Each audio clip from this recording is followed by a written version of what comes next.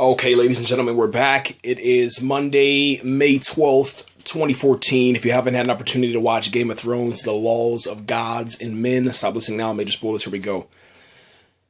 Stannis and Davos set sail, Dany meets with supplicants, Tyrion faces down his father. I'm going to say it right here, this was one of the best Game of Thrones episodes ever, man. And this is coming off of the heels of killing off King Joffrey, and I guess seeing Lady Sansa in a situation where it's like almost like you can't win. Like she's in a situation where literally if she makes one, I guess, bad move, she's dead. But tonight, man, let's get right into it. We finally get to see the Iron Bank. The Iron Bank is no longer something that they just talk about. It's no longer, I guess you can say, a myth or an urban legend. It's an actual physical place. There's an actual council sitting on the Iron Bank, which I guess you can say, let's just call it like the leaders of the Iron Bank. I guess the presidents, the co-founders, whatever, the chair, the board, whatever you want to call it. It's a couple of guys that run the Iron Bank and they loan out money, okay? It's how things, ran back in the day, okay? Before they have, obviously ATMs and all that stuff and loans and payday loans, etc. But getting back to it, we get to see Stannis Baratheon and Sir Davos. They're at the Iron Bank and they're trying to plead their case that Stannis has a birthright for the money and the birthright to run the kingdom and the realm, okay? But there's this problem. You got this 67-year-old Tywin Lannister and, his daughter Cersei and his son Jaime and then his, I guess, illegitimate son that he doesn't want to claim, Tyrion. They're the problem. They're the issue. That's what's standing in Stannis Baratheon's way. So Sir Davos, man, he makes this plea about Stannis Baratheon being the last man in the realm that is honorable, okay? And he kind of tells the Iron Bank all this bad stuff that Tywin Lannister has done. And it's kind of cool. It kind of works out, man. They end the scene with the Iron Bank kind of, saying that we're always going to back the person that we have given the most money to. So we'll have to see, how that works out in the end, okay? And it was kind of cool to see that. I'm not gonna lie. I'm not gonna lie about that. It was kind of cool to see how Sir Davos is being used again. Now, continuing on with Sir Davos, man, his story, he goes into this, I guess you could say like an old school, back in the day sauna, where you see the pirate, man, San.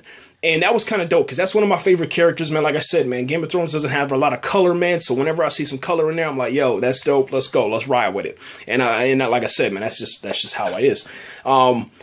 Davos is San's, like, his, I guess you could say, his old friend, man. And he kind of he's telling this tale to these women, the pirate guy is, San. And all of a sudden, Davos comes up and he bribes the pirate to join his quest or his journey, man. And that's what we get to see happening, man. It's kind of dope. I really like that.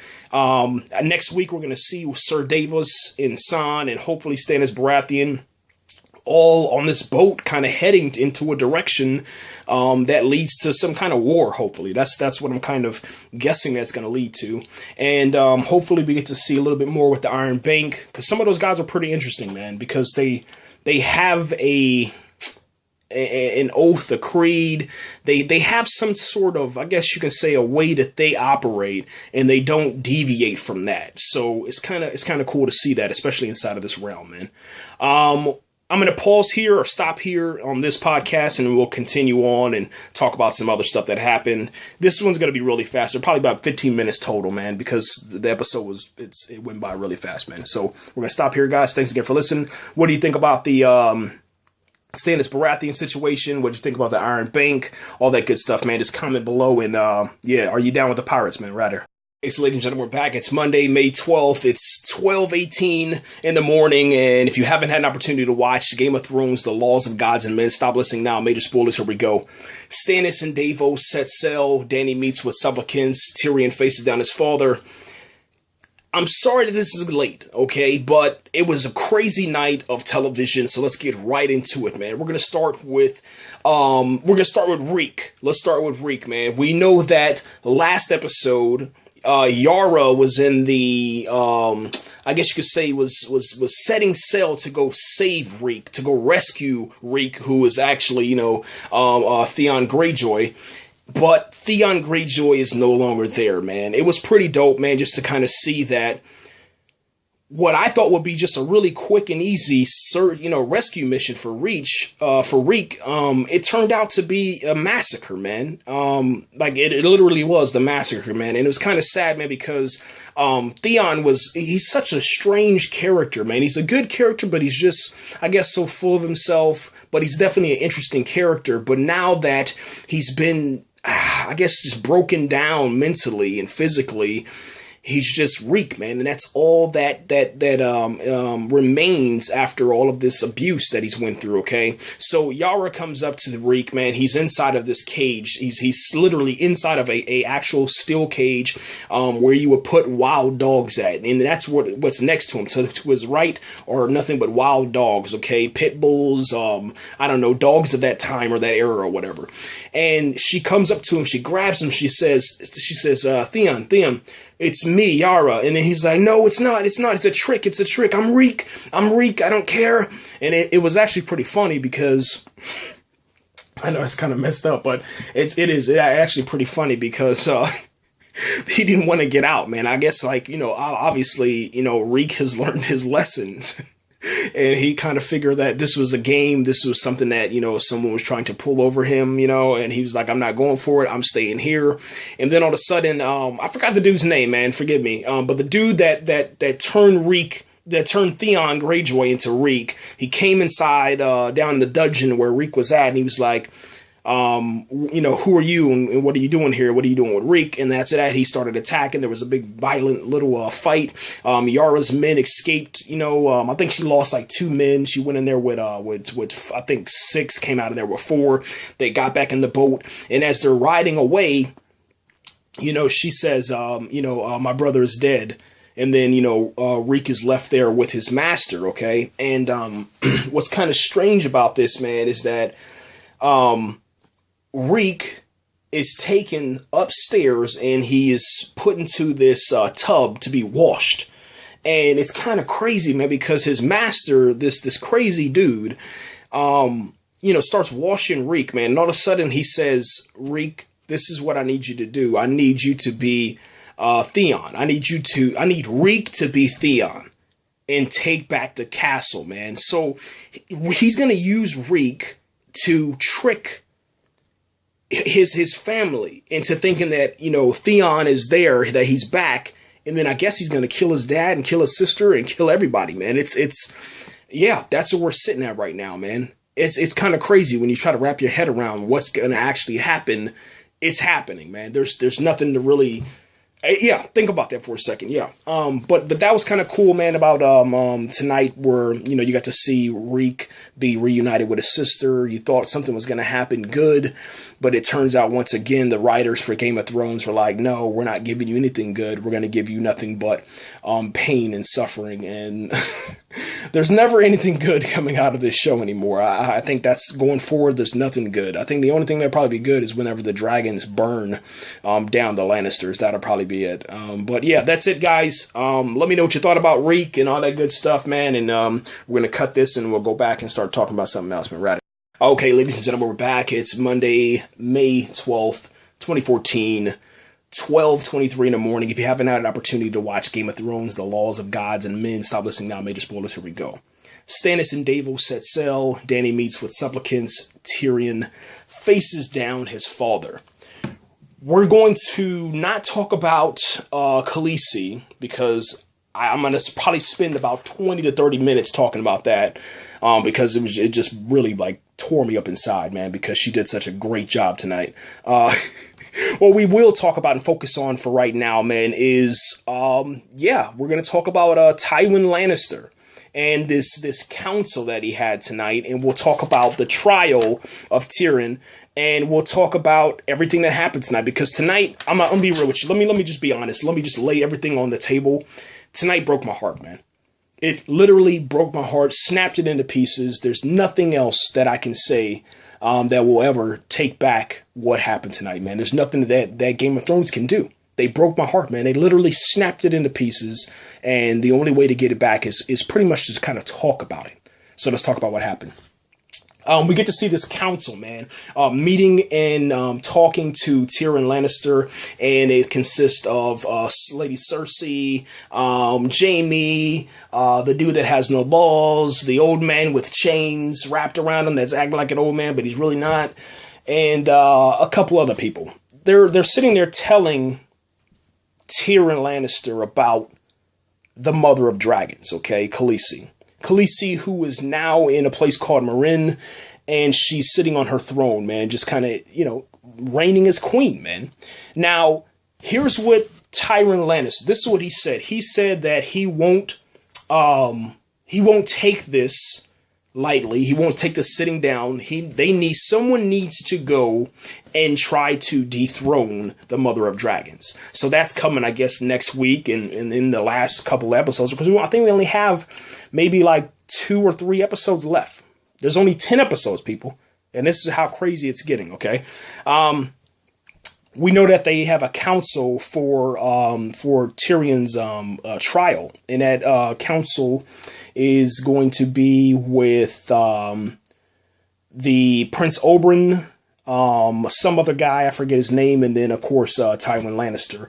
And it's not fair as far as the council, because they really don't see anything, man. What was kind of cool about tonight is that we got to find out a little bit more information about Varys, man. The Lord Varys, the guy that has pretty much no balls, and he should be part of the Unsullied, to be honest. Him and Prince Oberyn, they got a chance to talk, and we understand now that Prince Oberyn has spent 5 years in Essos, and that place had really turned him into the person that he is today, okay? And we understand that Lord Varys, man, has an absence of desire, and that absence of desire for, the temptation of women and men and boys and girls, whatever you want to call it, because you know how they roll in Game of Thrones.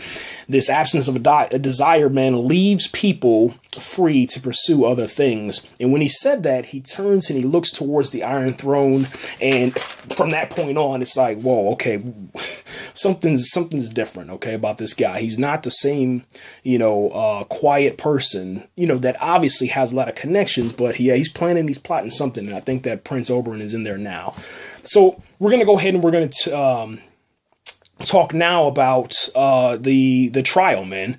Jaime is the one that takes Tyrion to the trial, okay? And it's one of the most frustrating moments in Game of Thrones, man. And I really literally do mean this, man. It had me on the edge of my seat. It had me balling my fist. I think I punched this desk maybe 4 or 5 times. I broke one of the legs on my chairs. I got frustrated, man. I apologize, but that's just the way it is, man. And the reason why is because it seems like they want Tyrion to die. They want him to just die, and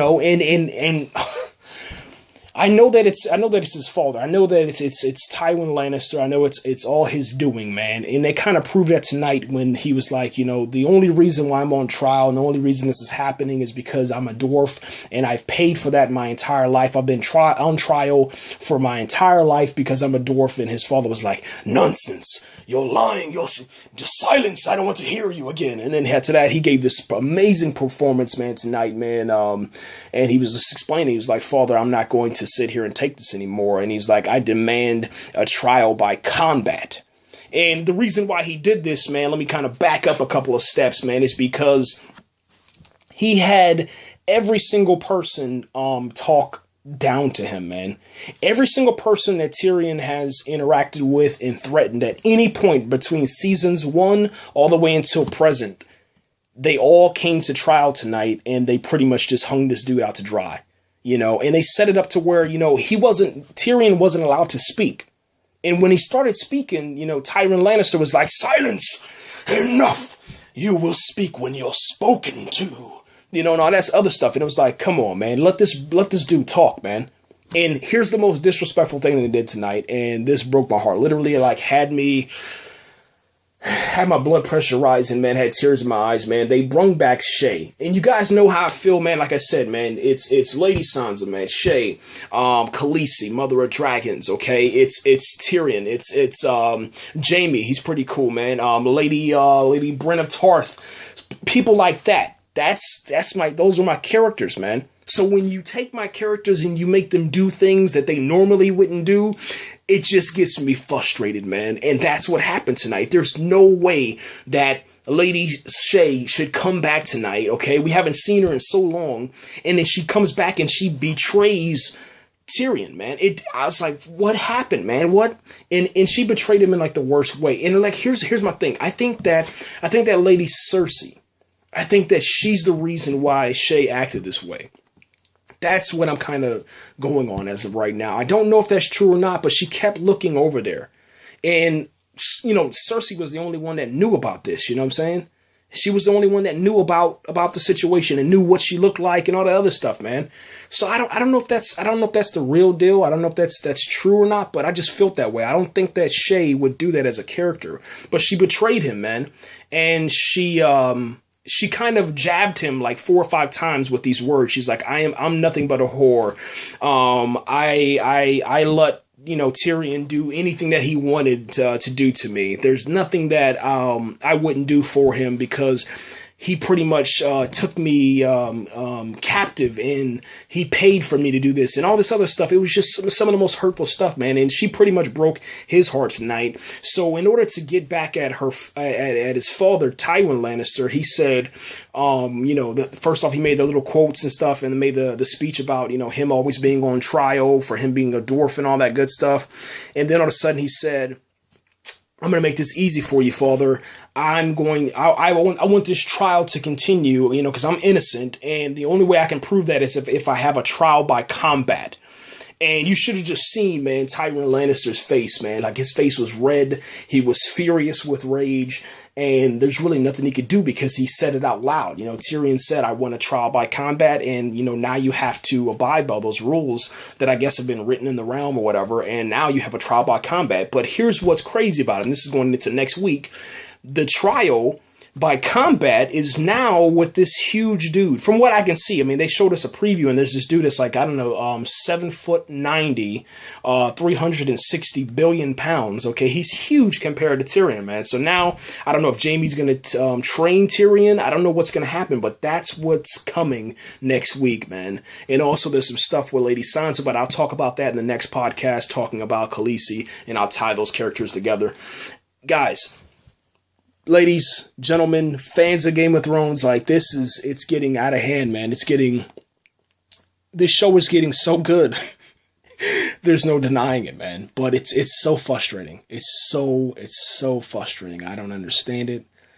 I don't understand it at all, man. But like I said, I'll continue to review these bad boys and have podcasts and all that good stuff. And yeah, thanks again for listening, man. Let me know what you think. And what do you think about this trial by combat, man? Was this in the book? Did I miss something? Oh, before I go, King Tommen, he stepped down, okay, and allowed Lord Tywin to actually take the throne tonight. That was something that was big, so I'll make sure I have to go back and talk about that for a second. Yeah. In order for the trial to be done, and since Tommen wasn't the king at the time, you know, obviously he couldn't oversee the trial because things would probably be in error or whatever, but he actually literally stepped down and then gave his throne to Lord Tywin, which was just nuts, man. Anyway, guys, we're out of here, man. Thanks again, man, for listening. And the guy that's also on the council for the trial is Lord Mace, man. I almost forgot that, but I got the name back, so we're good to go.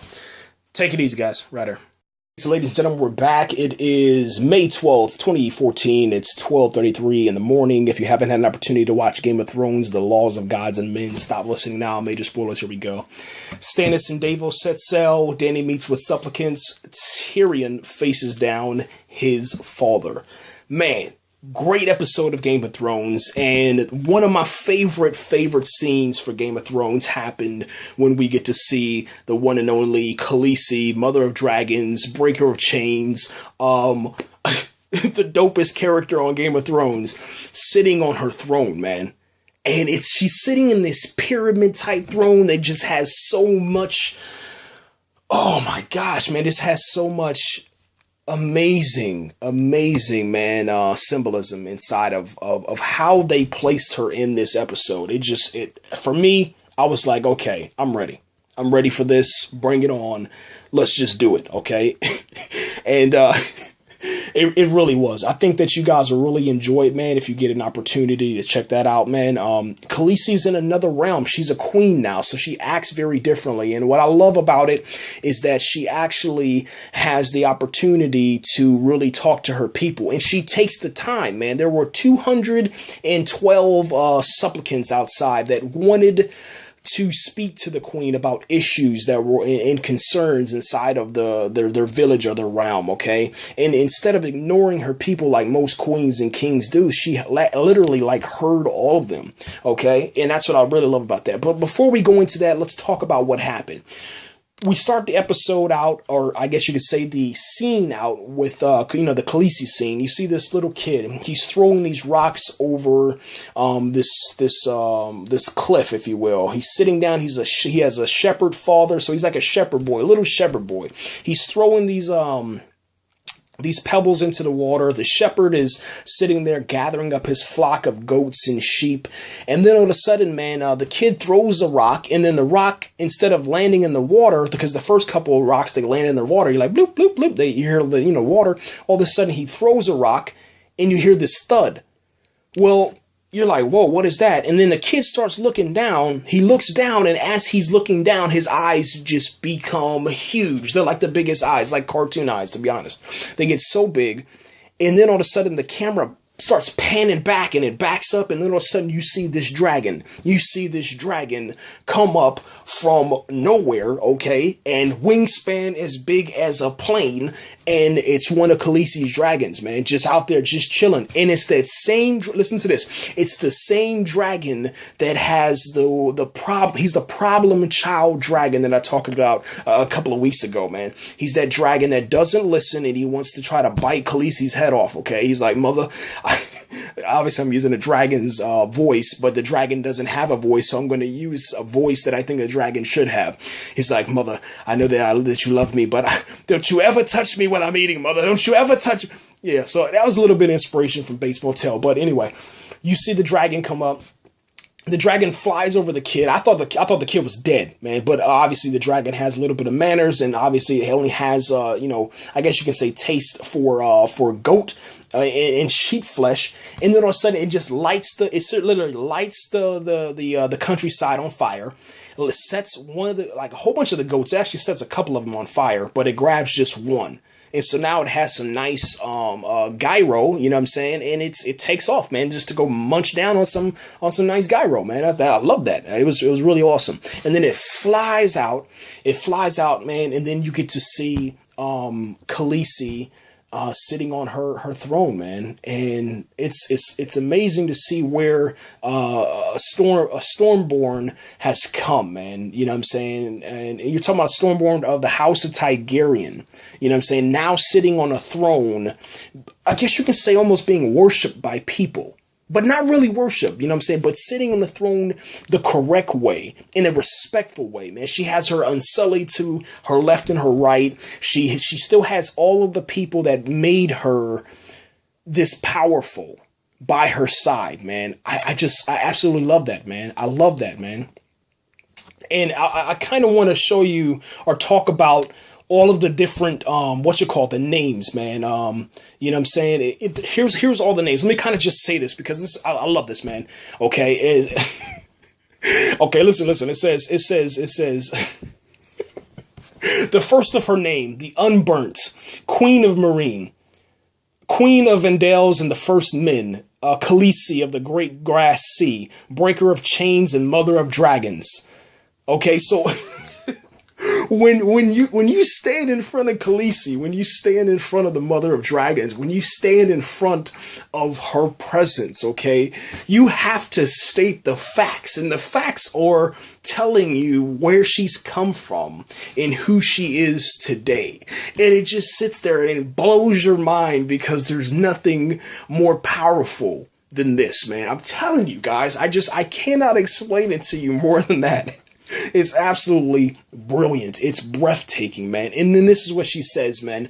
After the person introduces himself and he says all this, I guess you can say like motivational speeches and says all of her names and gives her all her glory and worship, man. She says, "Don't be afraid, my friend."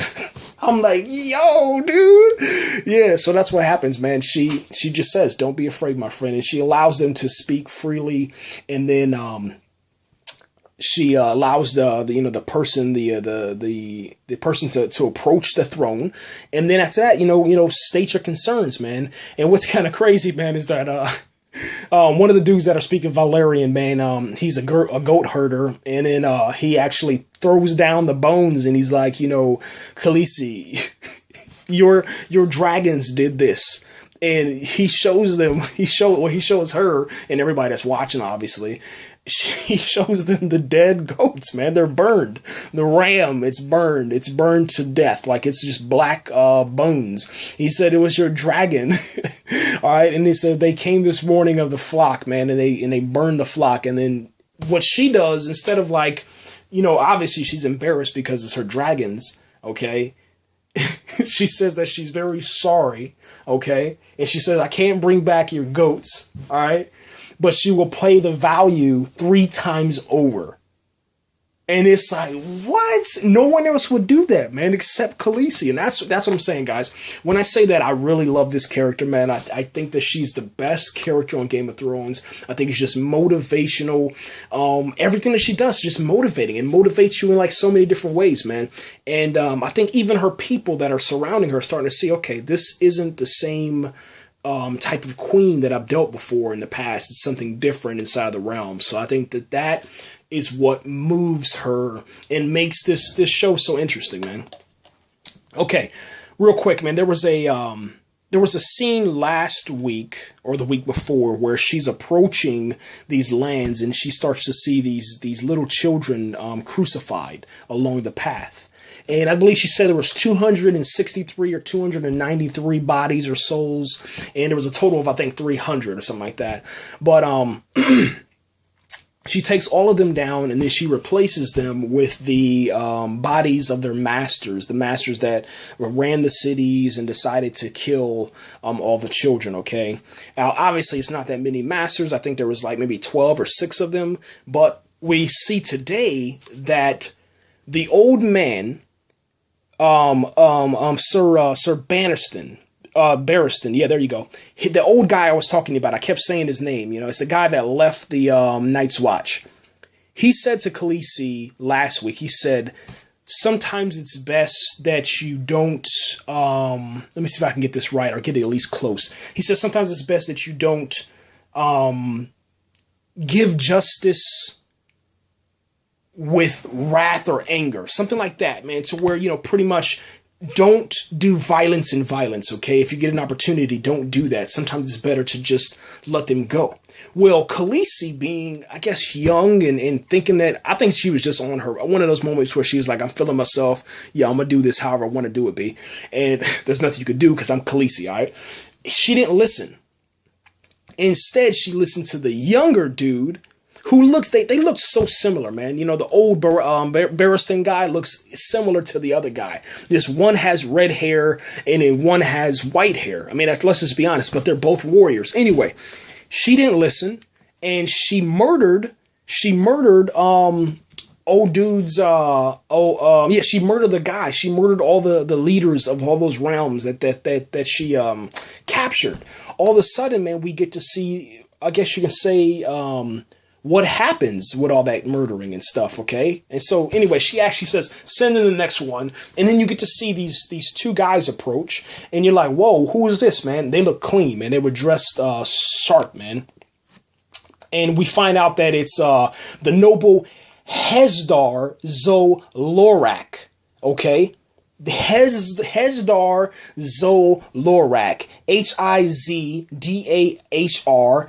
And the next one is Z-O, and then the next one is Loraq, okay?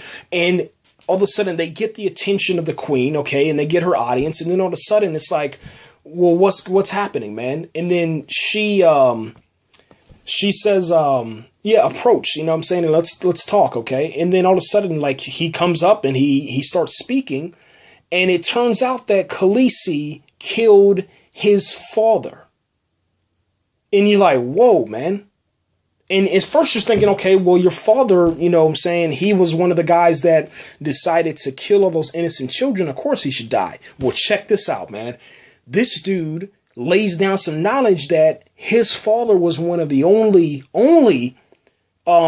people that actually was against that. But the reasoning for the children to be crucified like that was because he was outvoted.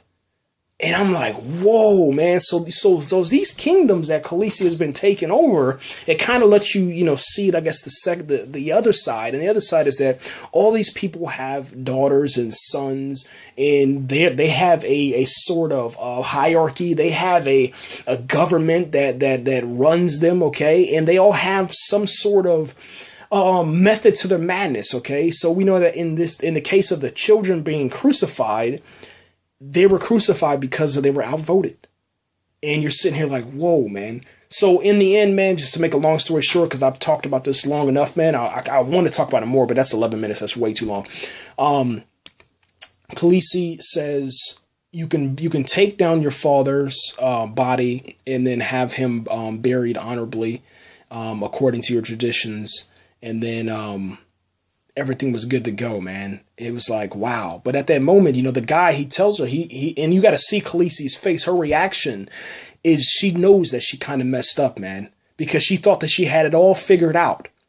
She thought that she had everything figured out and that she was right in everything that she's done so far, which I thought so too. I mean, obviously I followed her. Like I said I followed her to the grave. But then you start thinking like, whoa, man, power is power, man. And that's what I think is just brilliant about the writing. And then she kind of the guy, the son of the guy that she murdered, kind of gets a little antsy and kind of gets a little buff. And then she kind of makes him, understand, be wise to understand who you're talking to. I'll let you take your father and bury him, but know who you're talking to. I'm the mother of dragons. I will be back next week. And we'll talk about all this good stuff. Game of Thrones, man. Lady Sansa, man. Let's talk about her for just 1 second. Littlefinger, obviously, man, something happened between Lady Sansa and Littlefinger, man. So now it looks like Littlefinger is not going to protect Lady Sansa. And now the crazy Aunt Lisa, whatever her name is, she has Lady Sansa, and she might throw her through that moon roof where, they kind of just throw people down that big open, they open up the floor, and then all of a sudden you can throw them down. And they fall for like thousands of feet, man, down into the earth, man. I'm nervous. I'm not gonna lie. I hope nothing happens to her, man. But that's what we're looking at next week, man. Anyway, guys, the Hound is back next week, and then Lady Sansa, man. So we'll be talking a lot about that. Right here. Thanks again for listening, for watching. Pretty much just listening, not really watching, but. If you had a opinion about this episode, or you thought something about it, about the Iron Bank, Reek, Yara, just name it, man. Comment, do all that good stuff, man. Right here. Thanks again.